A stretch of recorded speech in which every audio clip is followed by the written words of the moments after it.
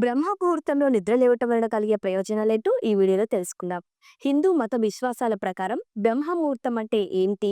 ఈ సమయంలో నిద్ర లేగటం వలన కలిగే ప్రయోజనాలేంటో ఇప్పుడు తెలుసుకుందాం. లైఫ్ లో సక్సెస్ అయిన వారిని గమనిస్తే వారిలో చాలా మంది ప్రతిరోజు తెల్లవారుజామున అంటే బ్రహ్మ ముహూర్తం అయిన 3 నుంచి 5 గంటల మధ్య నిద్ర లెగుస్తూ ఉంటారు. ఈ శుభ సమయంలో నిద్ర లెగిచిన వారికి ఎన్నో లాభాలున్నాయని పండితులు, డాక్టర్లు కూడా చెబుతుంటారు. ఎందుకంటే ఈ సమయంలో నిద్ర లెగటం వలన ఎంతో ఉత్సాహంగా, చురుగ్గా ఉండే అవకాశం ఉంటుందని పలు అధ్యయనాలు సైతం చెబుతున్నాయి. హిందూ సనాతన ధర్మ ప్రకారం పురాణాల్లోనూ బ్రహ్మ ముహూర్తంలోనే నిద్ర లెగాలని అనే నియమం ఉంది. ఇక ఈ సమయంలో నిద్ర లెగటం వలన ఆధ్యాత్మికపై ఆసక్తి పెరిగి బాడీ, బ్రెయిన్ రెండు చురుగ్గా ఉంటాయట.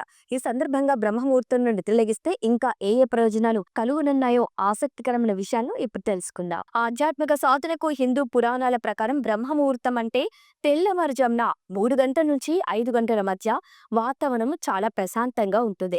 ఈ సమయంలో ఆధ్యాత్మికత సాధనకు సరైన సమయంగా పరిగణిస్తారు. ఎందుకంటే ఈ సమయంలో ఎలాంటి శబ్ద కాలుష్యం ఉండదు. అంతేకాదు ఈ సమయంలో ధ్యానం చేయటం వలన మెదడు చాలా చురుగ్గా పనిచేస్తుంది. మీ కుటుంబ జీవితంలో సంబంధాలన్నీ బలపడే అవకాశం ఉంటుంది. బ్రహ్మ ముహూర్తంలో నిద్ర లేవటం వలన రోజంతా చాలా శక్తివంతంగా ఉంటారని పండితులు చెబుతున్నారు. అంతేకాదు భగవంతుణ్ణి ప్రసన్నం చేసుకునేందుకు ఇది అద్భుతమైన సమయమని పండితులు చెబుతారు.